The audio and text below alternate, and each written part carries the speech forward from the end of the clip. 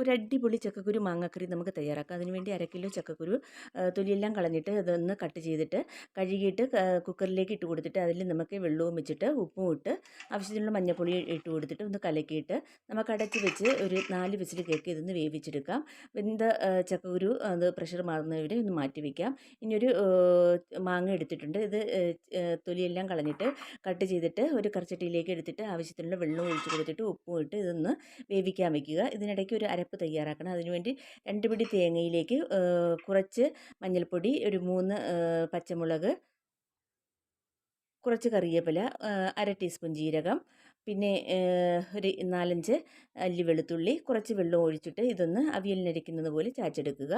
അതിനുശേഷം കുക്കറിൻ്റെ പ്രഷറൊക്കെ മാറിയിട്ടുണ്ട്.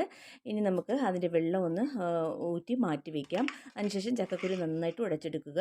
എന്നിട്ട് നമ്മൾ അരച്ചെടുത്ത അരപ്പ് ഇതിലേക്ക് ഒഴിച്ചു കൊടുത്തിട്ട് ചക്കക്കുരു നേരത്തെ വേവിച്ച വെള്ളം തന്നെ ഒഴിച്ച് ഇതൊന്ന് ലൂസാക്കി എടുക്കണം.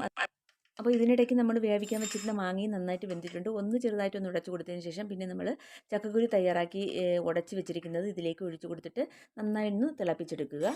ഇനി ഇതിലേക്കൊരു വറുക് താളിച്ചൊഴിക്കണം. അതിനുവേണ്ടി ചൂടായ വെളിച്ചെണ്ണയിലേക്ക് കടുക്, ചെറിയ ഉള്ളി, വറ്റൽമുളക്, കറിവേപ്പില ഇതെല്ലാം കൂടി ഇട്ട് കൊടുത്തിട്ട് നന്നായിട്ട് മൂത്ത് കഴിയുമ്പോൾ നമുക്ക് ഈ വറുക് ചക്കക്കുരു മാങ്ങാക്കറിയിലേക്ക് ഒഴിച്ചു കൊടുക്കുക. വളരെ ടേസ്റ്റി ആയിട്ടുള്ളൊരു ചക്കക്കുരു മാങ്ങാക്കറിയാണ്. ഇതുണ്ടെങ്കിൽ ചോറ് കഴിക്കാൻ ഇത് മാത്രം മതി. കൊച്ചുകുട്ടികൾക്കൊക്കെ വളരെയധികം ഇഷ്ടമാകും. അപ്പോൾ നമ്മുടെ ചക്കക്കുരു മാങ്ങാക്കറി ഇതാ കണ്ടില്ലേ, മാങ്ങയൊക്കെ ഒന്ന് ഉടയാതെ, അതുപോലെ തന്നെ ചക്കക്കുരുവും അവിടെ ഇവിടെയായിട്ട് ഉടയാതെയൊക്കെ കിടപ്പുണ്ട് കേട്ടോ. ഇതൊന്ന് കടിക്കാൻ കിട്ടുമ്പോൾ വളരെ ടേസ്റ്റിയാണ്. അപ്പോൾ ചോറ് കഴിക്കാൻ ഇത് മാത്രം മതി. അപ്പോൾ വീഡിയോ ഇഷ്ടമായി ഒന്ന് ലൈക്ക് ചെയ്യാനും സബ്സ്ക്രൈബ് ചെയ്തൊന്ന് സപ്പോർട്ട് ചെയ്യാനും മറന്നു പോകരുതേ.